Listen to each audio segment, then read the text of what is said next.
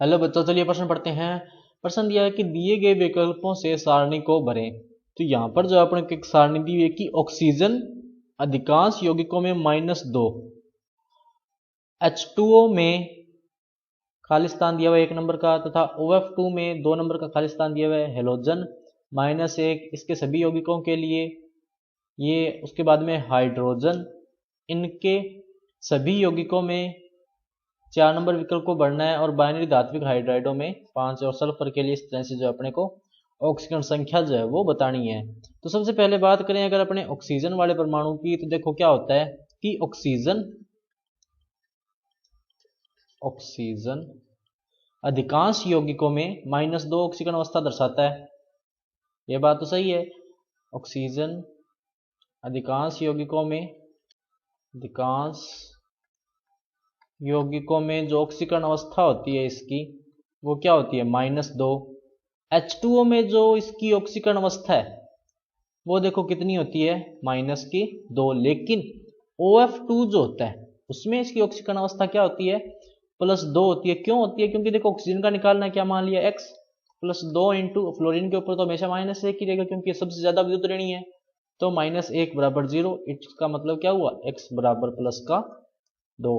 इसका मतलब पहले खाली स्थान में तो क्या आएगा, -2, लेकिन दूसरे खाली स्थान में क्या आएगा, +2। ये देखो यहाँ पर ये OF2 वाला दिया हुआ है। उसके बाद में दिया हुआ है कि हेलोजन के लिए देखो क्या होता है कि हेलोजन की जो सामान्य ऑक्सीकरण अवस्था होती है, सामान्य ऑक्सीकरण अवस्था जो होती है वो क्या होती है, -1 होती है। लेकिन फ्लोरीन ये एक ऐसा तत्व है, फ्लोरीन की ऑक्सीकरण संख्या हमेशा क्या होगी, -1। ऑक्सीकरण संख्या हमेशा क्या होगी, -1। लेकिन इसके अलावा जो हेलोजन है, जैसे बात करें क्लोरीन की, तो क्लोरीन का देखो ये वाला यौगिक बनता है HClO4, यहाँ पर क्लोरीन की ऑक्सीकरण अवस्था +7 हो गई। इसी तरह IF7 यौगिक बनता है, यहाँ पर आयोडीन की ऑक्सीकरण अवस्था क्या होगी, +7।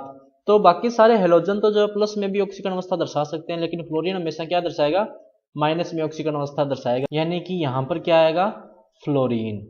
क्या आएगा, फ्लोरीन। उसके बाद में बात करें अगर अपने हाइड्रोजन की, तो हाइड्रोजन जो है सभी यौगिकों में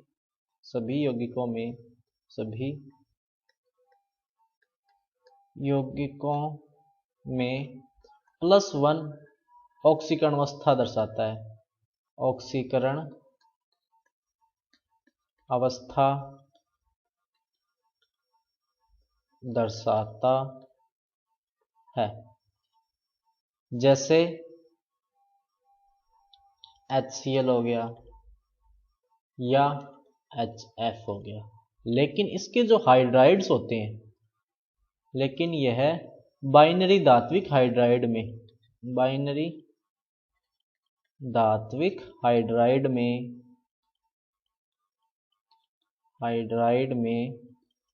-1 ऑक्सीकरण अवस्था दर्शाता है, ऑक्सीकरण